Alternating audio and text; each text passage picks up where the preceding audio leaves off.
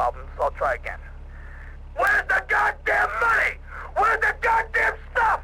And where's my cut? Are your new action? You are making an idiot out of me, Tommy, and I'm not laughing yet.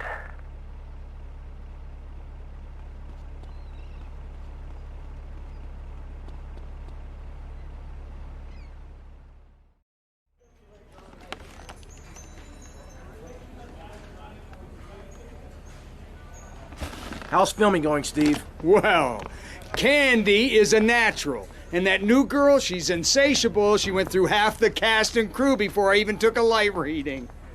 Anyway, hey, tomorrow we're going on location to shoot the boat scenes. Boat scenes? What boat scenes? The fishermen are in the throes of passion when the giant shark comes in. What'd I say about the giant shark? I said, no giant shark, all right? Just keep the cameras pointed at the poontang. Okay. Hey, Tommy, you guys gotta try, right? Get those flyers printed up? Yeah, but nobody's gonna let us distribute those things. I mean, they're just too, they're unimaginative. You don't worry about that.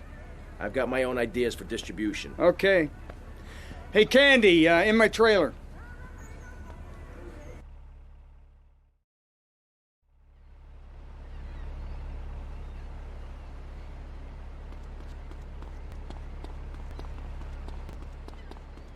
Tommy, man, you're gonna love this.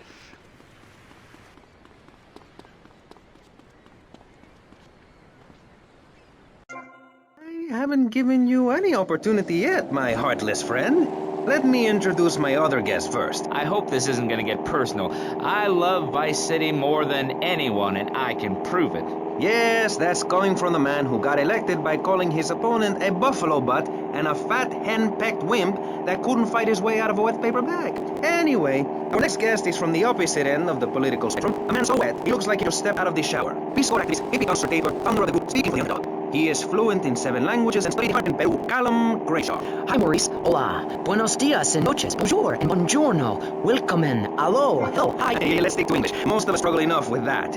Welcome to Pressing Issues. And lastly, we have a man with a novel solution to the problems of public safety in Vice City. A solution so stupid, I cannot bring myself to explain it for him. Yet like breakdancing, it is sadly catching on. A man who appears on this fine show because our previous know-it-all panelist was carjacked and is now at home arming himself to the teeth. I give you John F. Piccoli. How y'all doing? Indeed. So, before we get started, gentlemen, let me remind you of the rules of engagement. Here on Pressing Issues, the #1 rated show on public radio in the Vice City area and hosted by me, Maurice Chavez, Pressing Issues is about free speech, not feeding each other hemlock, literally or metaphorically. Hey, my daddy used to grow that stuff in the backwoods of Missouri. Ooh, I tell you what. Yes, thank you. I expect you to listen to each other, and I will only step in when necessary so people on the air don't forget what my voice sounds like. So, I want a clean fight. Nothing get on the bell or in the chops. And remember Maurice's motto, which a very wise man, my father, once told me. If you listen, one day you might be hurt, and when in doubt, use the smell test. That's important, I think, don't you? So, Congressman, let's prime yourself. People escape to work the streets. Nobody's taking public transportation. Police morale is at an all-time low. Everyone is killing and maiming and giving each other the finger, metaphorically speaking. Do you think the government is doing a good job? Absolutely. Those statistics are interesting, but like all statistics, they are also irrelevant. Let me give you a better statistic, Chavez. In 1980, when I was elected, you were, according to the intelligence gathered on you, a man with no mission. You worked as a clown at birthday parties, corporate functions, bar mitzvahs, and go-go bars.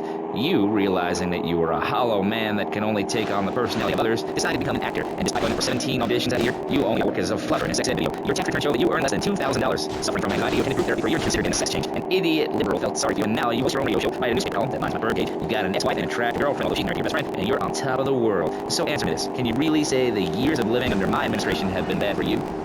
We are not talking about me. This is Pressing Issues, not Pressing Maurice. Yes, excuse me if I may. Can we get to the part where we press the issue? You see, that's what's wrong with this city. Liberals just want to open the floodgates, let anyone in, make you, the ordinary, hard-working men and women, pay for the pleasure. Well, you have my permission. Eat the lipsticks. We won't prosecute you. You're doing us all a favor. Free love, wig out, don't work, make love in the field, and listen to rock and roll or whatever you call it. Meanwhile, Grayshaw, I know your father. He's made a lot of money, which makes him a great person, but for every good conservative, they end up having some wacko commie kid just back from a vacation in the Orient who wants to share. Go take that sharing business to Cuba, Canada, or somewhere. I don't have a trust fund or a rich daddy. I know what is the poor...